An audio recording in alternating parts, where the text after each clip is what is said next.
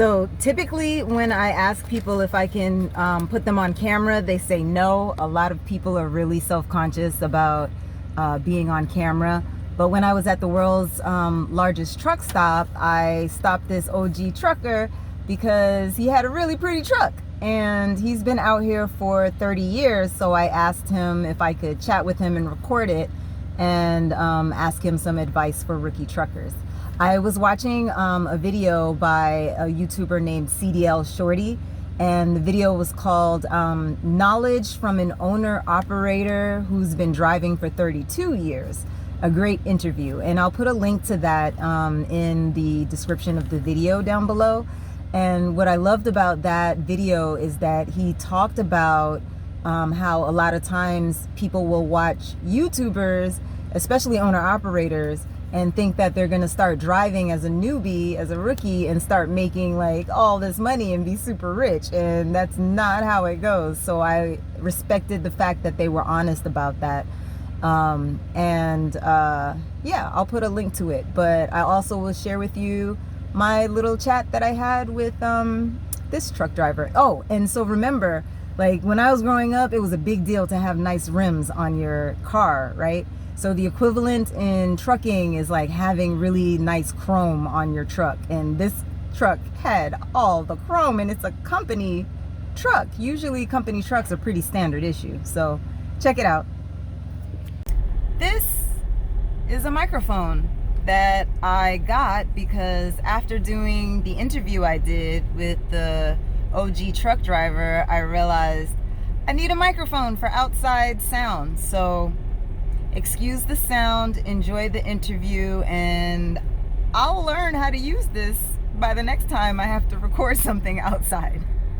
So I just stopped at the world's largest truck stop, and I just parked next to the world's prettiest company truck.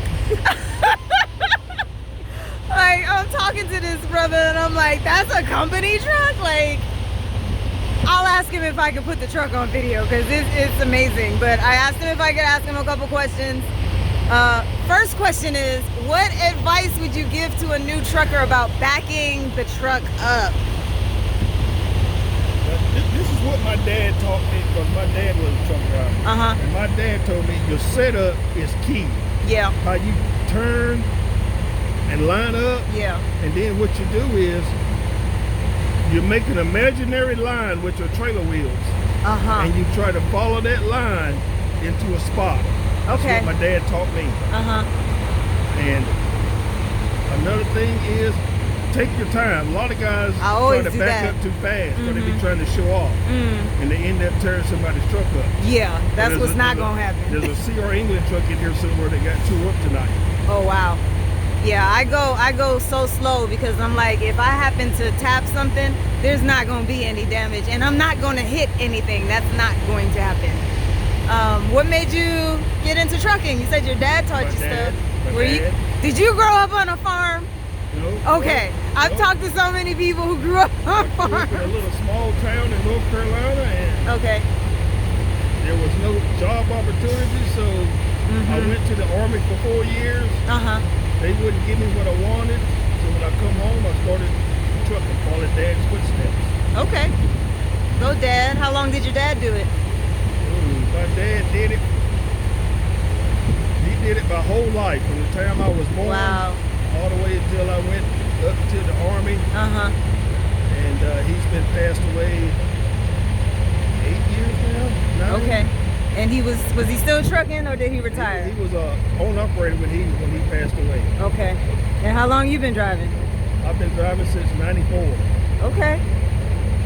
Okay. It just runs through my veins. All right. So I'm like 94. That means you still like it then? Oh yeah. All right. I love it. I was a performer all my life and never was a person that did well working in offices. And I wasn't sure I was gonna like this. You know, you kind of won't know till you get in the truck. And I got in the truck and I'm like, I like this. Some days when it's sunny outside, when you driving and vibing, I just start smiling. I hate snow days. Oh, this is my first winter. I hate snow days. Yeah, this is my first winter. My thing about driving in snow A lot of people, you know, they try to drive too fast in snow. Then you got some that drive too slow. So that puts me in between. Okay. Because I drive what I'm comfortable with. Okay. Now when it gets blizzard conditions, the wind is blowing. If I can't see from here to that red truck down there, see that red truck? And when another truck passes me, and that distance goes away, I get off the road. Okay. It ain't worth you. When I had my own truck, I wrecked it. And the roads, I was doing fine, but I stopped at a rest area, did a 30-minute break, got back on the road. And when I got back on the road with a guy, another driver, he drove for the same outfit. He didn't have a CD. And I was running behind him about from here to that white truck right there. And he didn't tell me, he couldn't tell me that he was slowing down, stopping, or something was in the road. When I put on brakes, I didn't have no brake. So I had to swerve to the left and miss him, and I clipped him on the right side of my truck, to my truck. Wow. Yeah, I got this is my first winter, and I'm like, okay, when does the part come where I can retire during the winter months?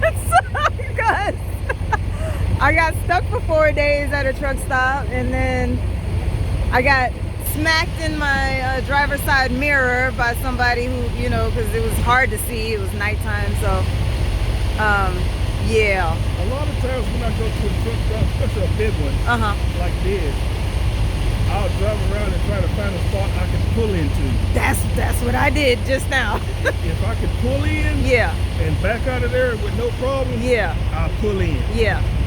And a lot of the reason I do that is because I'll be afraid somebody gonna hit my truck. But this truck stop, I've been living out here since '95, and I've seen this truck stop get bigger and bigger and bigger. So you live in Iowa? Yes. Okay. Yeah. I'm 4 hours from home, from right here. I just moved into my truck, so I have no idea where home is going to be. But I figure I'll just save some money while I figure it out. You know. I lived on the road for 2 years. I didn't have nowhere to stay, but that was after I got divorced from my first wife. Yeah. And trucking to let you start over, won't it? My address was the company that I drove for. Yep. And that was out of Des Moines, Iowa. Yep. Well, thank you for taking the time to chat with me. Anything else you would say to any to rookie truckers out there? Watch your back. Watch your back. That's another thing that my dad taught me. Watch your back. Yeah. When you're inside the truck stop, don't flash your money. Yeah. Because you never know who's watching. True. The guys are watching because my dad, he lost one of his buddies that way. He loved to flash his money. Always kept that wad in the front pocket. And they got him one day up there in New Jersey. Wow. They found him behind his truck dead. Somebody hit him with something in the back of his head. Wow. Crazy. Even in the daytime, we have to watch your back. Yeah, I'm thankful that I was in New York City since I was 18. I'm 48 now. So you grew up in New York City? Pretty much. You know, I grew up in Boston, but I got to New York when I was 18, so I really grew up in New York, you know what I mean? So I've always had to you know how to watch I've always had to keep my head on a swivel. So, you know. Do you mind if I get this pretty truck on camera? That's all right. All right. Go ahead. It's kind of dirty now. Oh Lord. Let's see. I'm gonna camera around. I told you I wouldn't put you in the video, so this is the pretty truck that I'm parked next to. It is a Kenworth, and it has all of the bells and whistles. And it is a flatbed. What are you pulling? Them old ugly trucks back there. Are you pulling other trucks? So he's pulling on his flatbed other trucks. So